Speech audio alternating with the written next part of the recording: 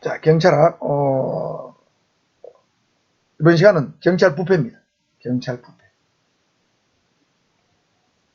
사람이 썩으면, 짐승이 썩으면 아주 고약한 냄새가 나죠. 경찰도 부패하면 조직이 썩은 냄새가 나요. 부패면 안 되겠죠.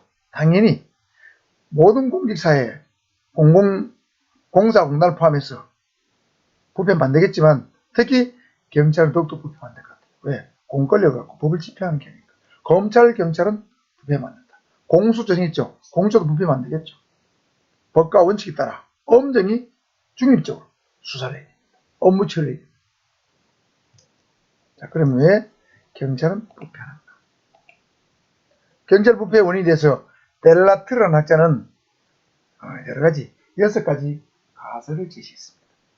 가설이죠. 이거 확립된 확정설이 아니에요. 이런 측면, 이런 측면, 이런 측면이 있다. 부분적으로 상당히 맞는 말들입니다. 100% 맞는 건 아니에요. 그래서 이 가설을 중심으로 여러분 살펴보면 상당히 일리가 있네. 이런 생각이 들 겁니다. 여러분 경찰은 왜 부패할까요? 여러 가지 이유가 있겠죠. 자, 6가지 가설인데 미끄러운 경사로 가설, 썩은 사과 가설, 전체 사회 가설, 구조 원인 가설, 깨진 유창기론. 요건 들어봤죠? 요건 여러분 많이 들어봤을 거예요. 법규와 현실의 괴리. 크게 6가지를 들고 있습니다. 자, 세부적으로 한번 살펴보겠습니다. 미끄러운 경사로 가설입니다. 여러분 이거는 여러분 미끄럼틀에 올라가면 미끄럼틀 위에서 내려올 때 처음에 출발할 때는 천천히 내려오죠. 밑으로 내려갈수록 가속도가 붙어서 만일에 경사라고 길다고 생각하면 끝에 가서는 자기 스스로 제어를 할 수 없습니다. 내려오는 속도를 제어할 수 없어요. 중간에 멈출 수가 없습니다. 그럼 끝에 가서는 바닥에 세게 부딪히면서 크게 다치거나 재수 없으면 죽을 수도 있겠죠. 이런 어떤 관점에서 부패 이론을 본 거예요. 예를 들면 경찰에게 제공하는 어떤 작은 선물, 공짜 커피 이런 것들의 사소한 작은 호의가 나중에 엄청난 경찰 부패로 이어질 수 있다는 이론.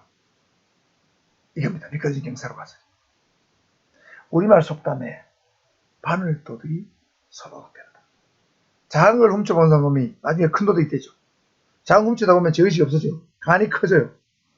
그럼 자꾸 훔치는 재미를 들이게 돼요. 진짜 큰 도둑이 되겠죠. 바늘도둑이 소독된다는 이론, 미끄러진 경사로 가서. 사실은 우리 70년대, 80년대, 90년대 이런 때까지만 해도 지구대 팔소, 경찰서에 수사부서나 단속부서에 있는 사람들 이 작은 선물들이 많았어요. 공짜가 많았습니다. 사소한 호의가 많았어요. 그때는 호의라는 이름으로 이런 게 많이 들어왔어요. 선이다, 호의다, 성의다. 근데 그것들이 나중에는 부패를 질 수도 있습니다. 그런 걸 자꾸 받다 보면 나중에 정말 부탁하면 거절을 못 하잖아요. 그렇죠?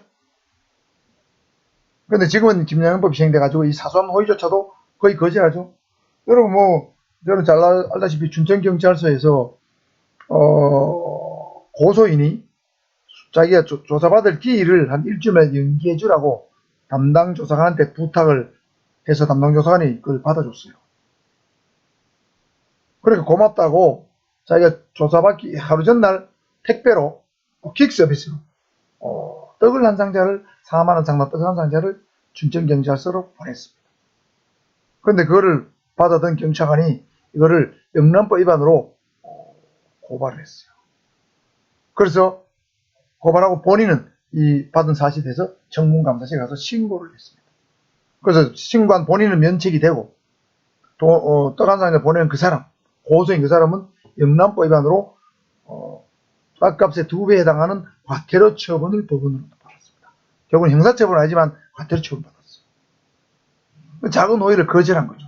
지금 그런 세상이에요. 영란법을 인해 가지고 경찰 조직이나 우리 사회 전체가 굉장히 투명해졌습니다. 맑아졌어요. 청렴해졌다는 거죠. 작은 호의도 안 받으려고 한다는 거죠. 지금 음료수 한 박스 같은 거 보통 조사받으러 가면 보통 우리는 인정을 해서 다 사갔습니다. 그거 안 받습니다. 말두고 갔다면 그 정보감사에 신고합니다.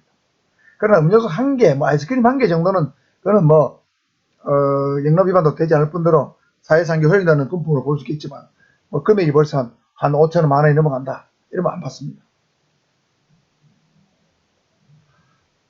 자, 이것이 미끄러진 경사로 가설인데, 펠드버그라는 어떤 학자는 작은 노이가 반드시 부패로 이어지지는 않는다고 반론을 제기한 적도 있기는 있습니다. 자, 어쨌든 미끄러진 경사로 가설, 경찰 면접에서도 학생들이 많이 인용하는 가설입니다.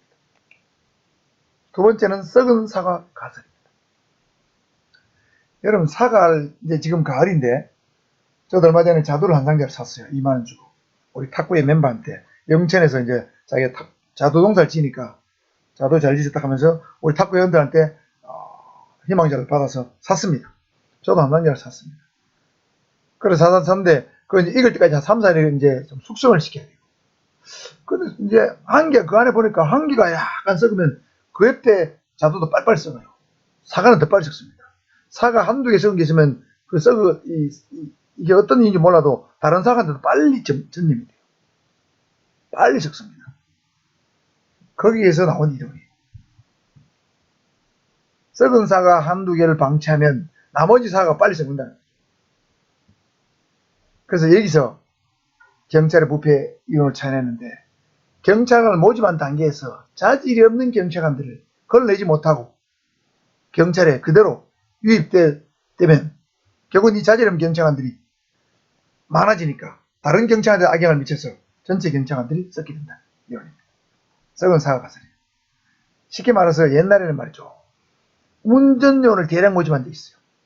여러분, 우리 전두환 정권 시절에 데모가 어마어마하게 많았죠. 전두환 씨가 12.6, 12.12 사건을 통해서 권력을 잡았습니다. 그러다 보니까 이게 뭐 전두환 물러가라, 뭐 독재적 물러가라 하면서 전국에서 대학생들 데모를 많이 했어요. 그러다 보니까 데모를 많이 하니까 데모를 진압해야 되니까 이 경찰관들을 실어 나를 버스가 많이 필요하잖아요. 기동대원들을. 그러니까 버스를 운전할 사람이 없으니까 버스 요원을 대량으로 모집했어요. 운전요원들. 그러니까 이때 운전요원 중에는 정말로 배우지 못한 사람들, 공부를 못한 사람들, 지식이 부족한 사람들이 대량으로 많이 들어왔어요. 물론 다 그렇다는 뜻은 아닙니다. 지금처럼 뭐 공채 시험을 쳐서 들어온 게 아니에요. 형식적인 시험을 쳐서 들어온 거예요. 경쟁률이 1대1 하면 2대1이야. 그러니까 이 자질 없는 사람들이 많이 들어왔어요. 이 사람들이 그러면 데모가 끝나면 민간에 돌아가야 되는데 돌아보낼 수 없잖아요. 이 사람이 계속 남아서 경찰, 경장, 경사, 경리 되고 막, 응? 관리자도 되고, 단속 부서도 가고, 경찰서장 운전요원도 하고, 이러다 보니까 이 사람들이 부패에 만연해지는 거죠. 부패에 빠지는 거죠. 윤리의식이 없어요. 별로 없어. 그 다음에 아주 옛날에 순경, 뭐 60년대, 70년대, 80년대 이럴 때 순경 공채 비율은 1대1, 2대1, 3대1 별로 안 넘었습니다. 시행과목도 간단했어요. 그러니까 이때도 우수한 경찰도 들어왔지만 자질 없는 경찰관, 윤리의식이 부족한 경찰관 많이 들어왔다는 거죠. 또 사회 전체가 부패해 있으니까 또 이 사람이 깨끗하고 싶어도 깨끗할 수가 없어요. 꼭 그 순경만의 문제는 아니에요. 그렇지만 어쨌든 부패했던 건 사실이다. 윤리의식이 부족하거나 지식이 부족한 경찰이 많이 들어왔다는 것도 사실이죠. 그래서 이 썩은 사과 가설은 모집 단계에서 자질이 없는 사람, 윤리의식이 부족한 사람들을 좀 걸러내야 된다. 걸러내지 못하면 경찰이 부패진다. 그런 일이에요. 그런 측면에서 보면 경찰 면접이 굉장히 중요하다. 면접 요원들이 심층 면접을 해서 정말 자질 없는 사람, 부족한 사람을 걸러내야 되는데, 지금도 보면 내가 이제 경찰 면접 지도를 하고 있지만 실제 경찰 면접하는 걸 이렇게 학생들 얘기를 들어보면 뭐 한 사람 면접하는데 한 5분, 10분, 또 7분 30초 시간 알람을 딱 정해놓고 한 서너 개 질문하고 끝내버립니다. 과연 그래서 그렇게 해서 자질 있는 수험생인지 아닌지를 알아낼 수 있겠는가 의문을 좀 갖고 있습니다. 좀 더 심도 있는 면접할 필요가 있다. 이런 생각이 듭니다. 세 번째는 전체 사회 가설입니다. 이거는 한마디로 말하면 시민사회 전체가 썩었다, 또는 국가 전체, 국민 전체가, 사회 전부가 썩었기 때문에 경찰이 또 결국엔 썩게 만들었다, 이런 뜻입니다. 이 사례는 원래 시카고에서 나왔어요. 어떤 학자가 연구를 해보니까 시카고 지역은 주민들하고 경찰관들하고 자주 원래 도박도 하고 밥도 먹고 부적절한 청탁을 굉장히 많이 하더라고요. 그런데도 아무도 문제를 삼지 않더라고요. 그러니까 새로 들어온 경찰관도 역시 똑같은 행위를 반복하는 거예요. 같이 도박하고 반대 경찰과 올리고 뭐 밥도 먹으러 가고 술도 먹으러 가고 노래방도 가고 뭐 다른 주점도 가고. 그리고 신임 경찰은 당연히 그 문화에 따라갈 수밖에 없죠. 결국은 시민 사회가 부패하니까 경찰도 부패진다는 이런 인데, 이거는 제가 볼 때는 우리나라 같으면 90년대 이전, 90년 이전은 아마 이 이론이 상당히 저는 일리가 있다고 생각합니다. 제가 88년도, 77년도, 8년도 이때 경북 구미경찰서 모 발소에서 발송을 했는데, 그때 제가 발송해서 나가보니까 이런 일들이 가끔씩 있더라고. 우리 뭐 부소장 하던 사람이 오늘 없었어요. 내가 소장하는데. 그래가지고 어디 한번 찾아봤더니 관내 유지들하고 올려가지고 도발하고 있더라고. 그래가 제가 따로 불러서 정중하게 나무를 했습니다. 물론 그 당시에는 그런 문화였어요. 그렇지만, 그러니까 이런 것들은 예를 들면 이제 사회가 후진국가는 이런 일이 많아요. 사회가 후진국가이니까, 예를 들면 소득이 뭐 만불도 안 된 시대, 만불도 안 된 사회라면 경찰도 만불 안 된 경찰 역할밖에 안 한다는 거죠. 이게 전체 사회가 부패하니까 경찰 사회도 부패해야 된다. 뭐 이런 이론을 이해하시면 되겠습니다. 네 번째는 구조 원인 가설입니다. 구조적인 어떤 원인에 의해서 부패가 발생된다는 거죠. 이 구조의 원인이라는 것은 조직 내부의 구조적 원인을 뜻입니다. 보세요. 신임 경찰관이 고참 동료들에 의해서 조직의 부패 전쟁에 물들이는 일이죠. 아까 말씀드린 투캅석 똑같은 거예요. 박중훈이가 안성기에게 한 걸 보면서 따라한다는 거죠.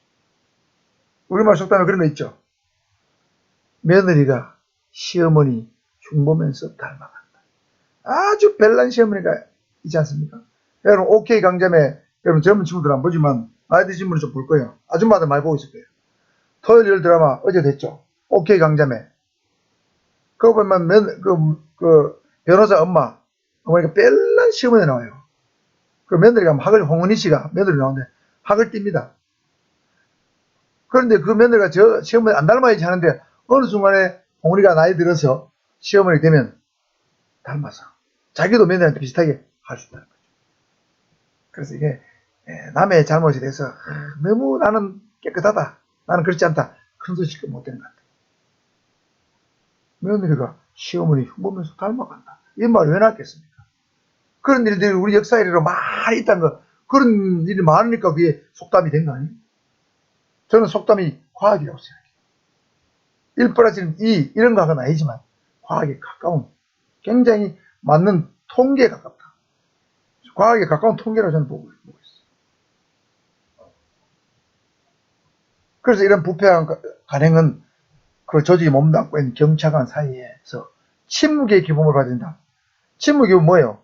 예를 들면 성문법인 규범은 성문법 조문 형태로 되어 있는데, 조문 형태로 안 되어 있는데 반드시 지켜야 될 규범으로, 누구와 아무도 말을 하지 않지만 지켜야 될 규범으로 받아들이신다는 거죠. 묵시적 규범으로, 무언의 규범으로, 마치 불문 규범처럼 받아들이신다는 거죠. 이게 구조원인 가설. 이것도 아마 후진 국가의 경찰에서는 상당히 일리가 있는 일입니다. 구조원인 가설. 다음은 깨진 유창 이론입니다. 매우 유명한 이론이죠. 이거는 원래 어떤 사람이, 어떤 학자가 차량을 2대를 넣고 실험을 했어요.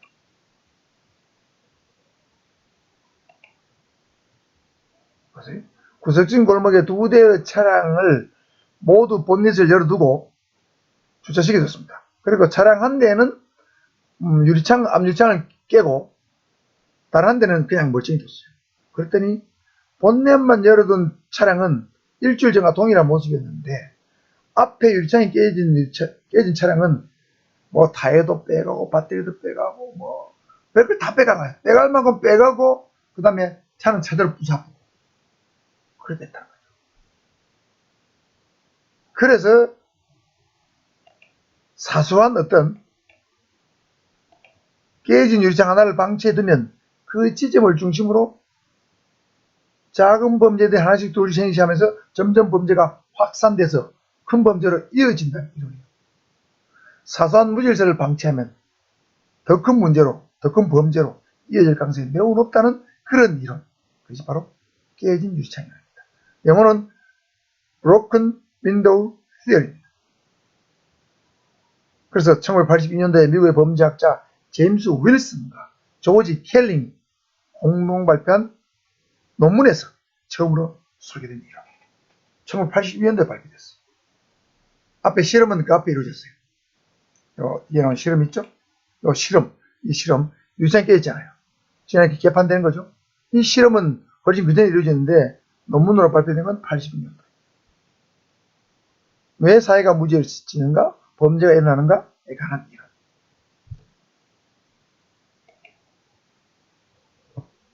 그래서 기초질서 위반 사범 단속의 중요성. 기초질서는 여러분 경미한 법규 위반입니다. 이 중요성을 강조한 이론이에요. 그래서 이게 깨진 유리창 이론에 입각해서 뉴욕입니다. 줄리아니 시장은 1990년대 줄리아니 시장이 당선되고 나서 뉴욕 지하철이 개판이다, 엉망이다, 치안이 엉망이라는 걸 알았습니다. 그래서 이 사람이 하나의 정책을 만들었어요. 지하철 내 모든 낙서를 지우라고 했습니다. 뉴욕 시장이. 그러니까 지워도 또 생기고, 지워도 또 생기고, 지워도 또 생기고, 그럼에도 불구하고 계속적으로 지우고, 낙서한 놈을 단속해서 처벌하고 하니까, 한 2년쯤 지나니까, 낙서가 줄고, 그 다음에 범죄가 줄고, 몇 년 지나니까 강력범죄도 줄고, 뉴욕시 전체 강력범죄도 굉장히 많이 줄어지더라고요. 그러니까 작은 범죄, 작은 어떤 무질서 행위를 단속을 했더니, 큰 범죄까지도 줄더라고요. 그래서 뉴욕 지하철은 세계에서 가장 안전한 지하철을 만드는 거예요. 그게 줄리아니 시장이 한 업적입니다. 그래서 여기서 경찰관도 마찬가지예요. 사소한 어떤 경찰을 잘못한 것을 방치하면, 처벌하지 않으면 더 큰 부패로 이어질 수 있다는 이론. 이렇게 확장할 수 있습니다. 깨진 유리창이론. 이해하셨죠? 그래서 여기서 중요한 것은 무관용 원칙이 나와요. 무관용은 영어로는 제로 톨러런스라고 불러요. 톨러런스는 참는다, 인내하는 뜻이에요. 인내하는 뜻이에요. 제로는 인내, 제로는 뜻이죠. 인내 없다.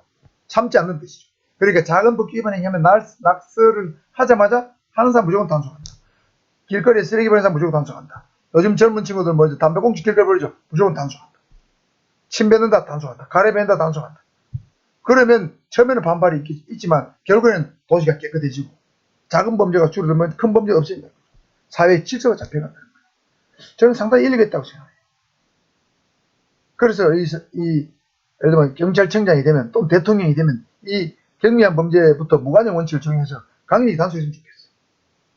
우리 사회가 무질서하지 않습니까? 길 가다 보면 말이죠. 기가 막혀요. 남녀가 원래 가지고 막 담배 피우다 담배꽁초 픽 던지고 그 길거리 담배 가래 쫙 뺏고 더럽게 짝이 없어요. 걔는 아무 데나 똥 싸게 하고 말이죠. 가는 견주들도 들어있어요. 대부분 잘 치우십니다. 경미한 법규 위반은 단속을 해야 됩니다. 무단히 나가는 사람들. 그렇죠. 경미한 법규 위반은 교통법규 위반하는 사람들. 계속 단속하면 질서가 확 잡힐 것 같아요. 그러면 강력범죄도 준다는 거예요.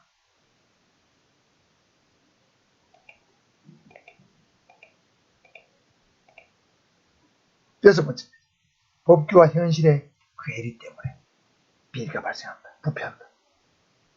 경찰관이 수배자 인수차 출장 가면서 사실은 한 명이 가도 두 명이 출장을 신청한다. 이건 뭐 어쩌면 공금횡령이죠. 그런데 어쩔 수 없어요. 예를 들면 부산에서 수배한 수배자가 서울에 잡혔다. 그러면 잡으러 가야 돼요. 대를로 인수하러 가야 돼요. 서울 중부 경찰에 잡혔다. 그러면 잡으러 갈 때 출장비를 얼마나 주느냐?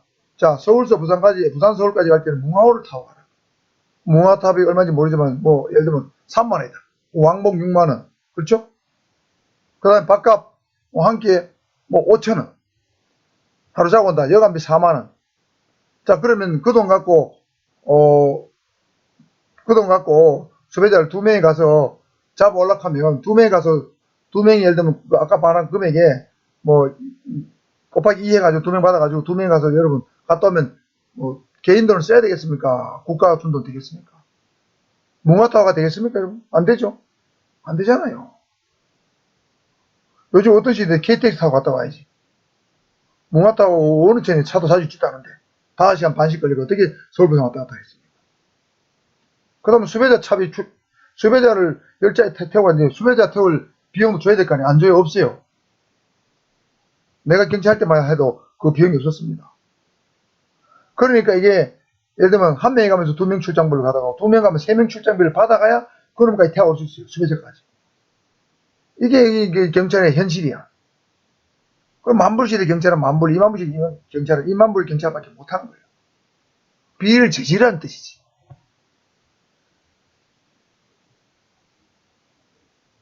그러니까 현실적으로 돈을 넘쳐게 주는 거지. 출장비가 현실이 안 맞아. 지금 어떻게 바뀌었는지 모르겠습니다. 이런 것도 하나의 부패를 부른다는 거예요. 그렇죠? 서울이 여간비가 얼마인지 모르지만, 그게 평일 같으면 4만원이 될 수 있지, 주말, 금, 토, 일 되면 여간비가 옛날에 많이 올랐죠. 더 비싸죠? 4만원 안 될 수 있어요. 그럼 4만원짜리 여간비를 찾아다녀야 돼. 참, 그렇습니다. 그러니까 그 예산을 편성하는 부서에서도 예산이 좀 기획정행부에 넘은 예산 자체가 한정돼 있으면 그 예산에 맞춰 편성하는 거예요. 그걸 전국 감사에 쫙 나눠주는 거죠. 서울에서 부산할 때는 무항을 타라. 밖에 밥 한 끼 5,000원이다. 호텔비는 4만원 기준이다. 뭐 정해놓은 거야. 전국 경찰에서 똑같아요. 그러니까 이게 비리를 제일 수밖에 없다는 거죠. 자, 그래서 이번 시간에는 여러분 경찰 부패 이론, 경찰의 부패한 이론에 대해서 여러분 살펴봤습니다. 자, 미끄러진 경사로 가설. 그죠? 미끄러운 경사로 가설. 작은 오해가 큰 부패로 이어진다는 가설이죠. 썩은 사과 가설. 모집 단계에서 아주 자질이 부족한 사람을 미리 배제하지 않으면 경찰이 부패하게 된답니다. 그 다음에 전체 사회 가설은 국민 전체가, 사회 전체가, 시민사회 전체가 썩기 때문에 경찰도 덩달아 썩는다는 가설. 그렇죠? 구조 원인 가설은 조직 내부가 썩었는데 고참 썩은 부패한 고참에 의해서 신참 경찰관이 부패에 물들어 간다는 가설. 구조. 조직 구조 원인적 가설. 조직 내부 구조 원인적 가설. 그렇죠? 그 다음에 깨진 유사 이름은 제가 방금 길게 설명을 했습니다. 어떤 작은 사소한 무질서행. 그걸 방치하면 큰 범죄로 점점 이어진다는 거죠. 그래서 줄리안 시장 얘기도 제가 했습니다. 그래서 경미한 법규 위반 행위를 한 사람, 경미한 어떤 비리를 저지른 경찰관도 반드시 처벌을 해야만 부패를 막을 수 있다. 이런 게 있습니다. 개인주장이요. 그 다음 법규와 현실의 길이. 출장비를 얘기했죠. 출장비를 얘기했습니다. 그래서 이 경찰 부패의 원인은 제가 나중에 중간고사나 시험 칠 때 이 중에 하나를 골라서 개인주장 이론에 대해서 아는 바를 서술하시오. 제가 이렇게 낼 수도 있습니다. 또는 어떤 이론을 적어놓고 이 이론은 어떤 이론을 설명한 것인지 단답형으로 제가 낼 수도 있습니다. 다 이 이론들은 경찰 부패 원인을 정확하게 종합적으로 찍었다 해봐도 부분적으로 상당히 맞는 이론들입니다. 어떤 이론들은 후중국에 맞고 어떤 이론은 지금도 맞고 그렇죠?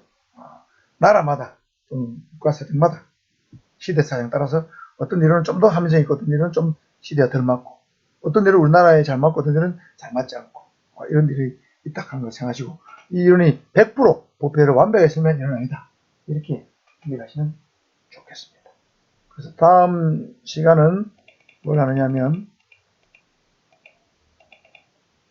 경찰관의 부패에 대해서 어떻게 반응하는가 어떤 리액션을 하는가 이 부분에 대해서 한번 살펴보도록 하고 그 시간은 이걸로 여러분 모두 마치도록 하겠습니다. 대단히 수고했습니다.